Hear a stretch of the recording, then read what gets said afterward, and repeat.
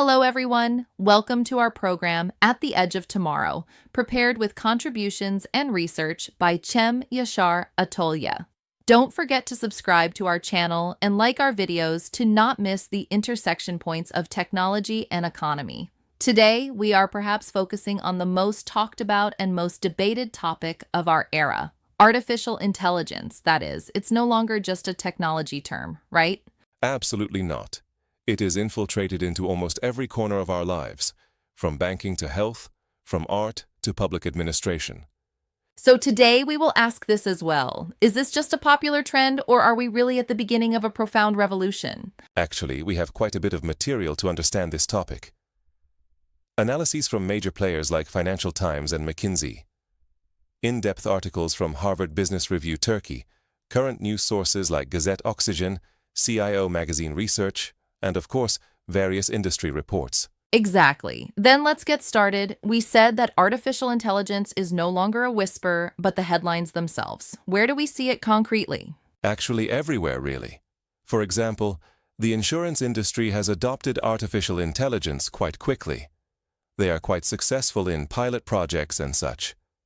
But the interesting part is scaling this success to the general, meaning they are struggling with scaling.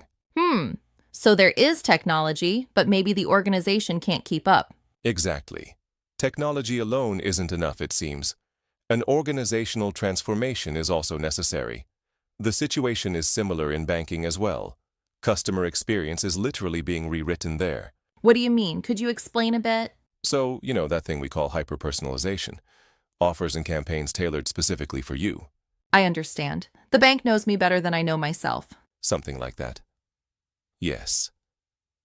Also between different channels. I mean, you logged in from mobile, then switched to the web, and from there went to the branch. The goal is to make these transitions seamless. In artificial intelligence, the work has even reached such a point that I read recently in Gazette Oxygen and was stunned. In Albania, a whole ministry responsible for public tenders has been entrusted entirely to artificial intelligence. Yes, an artificial intelligence named Diablo. That news was widely discussed. Imagine a government ministry. This now shows that it has even reached decision-making mechanisms. It was like science fiction a few years ago. And the real transformative effect lies there. When you redesign processes according to the capabilities of artificial intelligence, you are not just becoming faster. Perhaps you are able to do things you couldn't do before. Then this changes the understanding of leadership. He is forced to change. Harvard Business Review was also writing about it in Turkey. Leaders are no longer just expected to understand technology, but also to manage human-machine collaboration and oversee those new hybrid teams. Human skills are actually becoming even more important. So, is this transformation limited only to software? What is happening in the physical world? Robots, for example. You really stepped on it. Robots are also evolving with artificial intelligence. There used to be those single-arm stationary robots we saw in factories. Yes, always doing the same job. Now they are replacing their place with mobile manipulators that are wheeled, movable, and capable of performing different tasks with their arms. In fact, two-legged humanoid robots that can operate in more complex environments like warehouses are even being discussed. Humanoid robots? Are you serious? Yes, it's still in the crawling stage. But yes. Productive artificial intelligence, advanced sensors, the robotic versions of the large language models we call the foundational models. All of these come together to make it possible. It sounds unbelievable, but there are definitely challenges as well. Isn't it possible? Security comes first, both physical security and cybersecurity, and also the huge data requirement needed to train these robots. These are still major obstacles. Let's talk a bit about innovation. There was an article discussing an interesting situation. It says that as humanity advances rapidly, coming up with good ideas, that is, innovating, is becoming increasingly difficult and expensive. Yes, this is indeed an interesting paradox. It's especially evident in drug discovery. They call it the Eroom law. It's like the opposite of Moore's law. In other words, even though the money spent on R&D increases over time, the number of new drugs that emerge decreases. It's a bit of a discouraging situation. So, can artificial intelligence be a solution here? Here is hope. They say artificial intelligence can revive R&D efficiency again. In three main ways. The first is by producing a much larger number and variety of potential design candidates, new molecules, new materials, at an incredible speed. It means expanding the option pool. Exactly. Second, instead of physically testing these candidates, they are evaluated quickly in a virtual environment using artificial intelligence proxy models, that is, highly advanced simulations, saving time and costs. What was the third one? Thirdly, there are those tedious tasks that take up researchers' time, literature review, reporting, etc. By automating these, scientists and engineers can focus on more creative work. What does this acceleration mean? Are there any predictions? Bold predictions. It is said that R&D speed in science-based sectors like software and pharmaceuticals can double. Double? Yes. In engineering-intensive fields such as automotive and electronics, an acceleration of between 20 and 80% may be possible. It is estimated that the annual economic value of this could be between $360 and $560 billion. These are huge figures. I think it means not only more products, but also better, more innovative products. Absolutely.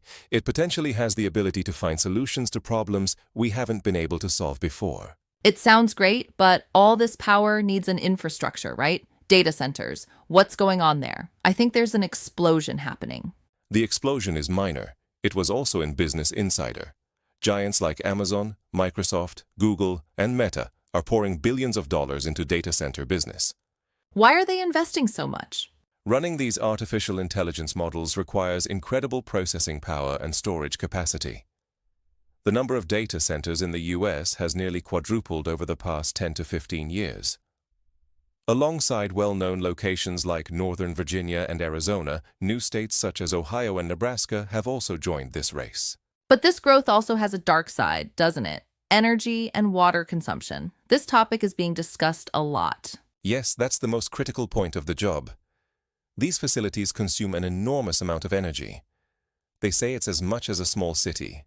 They also use millions of gallons of water daily for cooling. Millions of gallons? Yes, there is even an estimate. Soon, the total electricity consumption of data centers in the US might surpass Poland's total consumption. This is incredible. It is especially a major problem for areas facing water shortages or whose energy infrastructure is already strained. Of course, at the center of all this technological and economic transformation is always the human. And if we return to the issue of perception difference we discussed at the beginning, it seems that employees not trusting is a serious problem. Exactly. What's even more concerning is the use of artificial intelligence in sensitive areas. You know that news in the newspaper about oxygen, the one related to a young person in the US? Yes, I remember. It was very sad. It was claimed that he committed suicide after talking to ChatGPT. It was said that artificial intelligence suggested writing a suicide letter to him. Such incidents show how terrifying the consequences can be. Especially in fields like mental health, one must be incredibly careful. Of course, free or easily accessible does not replace professional help. It never works. This is very clear. This is also when Geoffrey Hinton's awakening comes to mind. You know, they call him the godfather of artificial intelligence. Yes, what did he say? This technology will make a few people much richer and most people poorer. But it is not artificial intelligence's fault, it's capitalism's. It has the potential to increase social inequalities. This is a very big risk. Yes. Today we touched on quite a few topics. We tried to understand how artificial intelligence has touched our lives and how it has changed the business world through information from various sources. We saw that this is no longer just a technology. No, not at all. It is a force with the potential to fundamentally change our ways of doing business, our innovation speed, the infrastructure of our cities, even social balances, individual lives, everything. It seems we don't have the luxury to just stand and watch in the face of this massive wave. Both individuals and institutions need to understand this technology correctly, use it wisely and responsibly, and manage its dangers. Being conscious is a must. Perhaps the biggest test in the coming years will be not just developing technology itself, but how we steer it towards the good of humanity. Where will we draw that ethical line, and how will we integrate it fairly into society? So, our valued viewers, how are you charting your own course in this new era shaped by artificial intelligence? Will you be among those shaping the future or among those swept along by the current? Will technology govern us, or will we govern technology with common sense? These are the questions we all need to ponder. See you next week in a new episode of At the Edge of Tomorrow.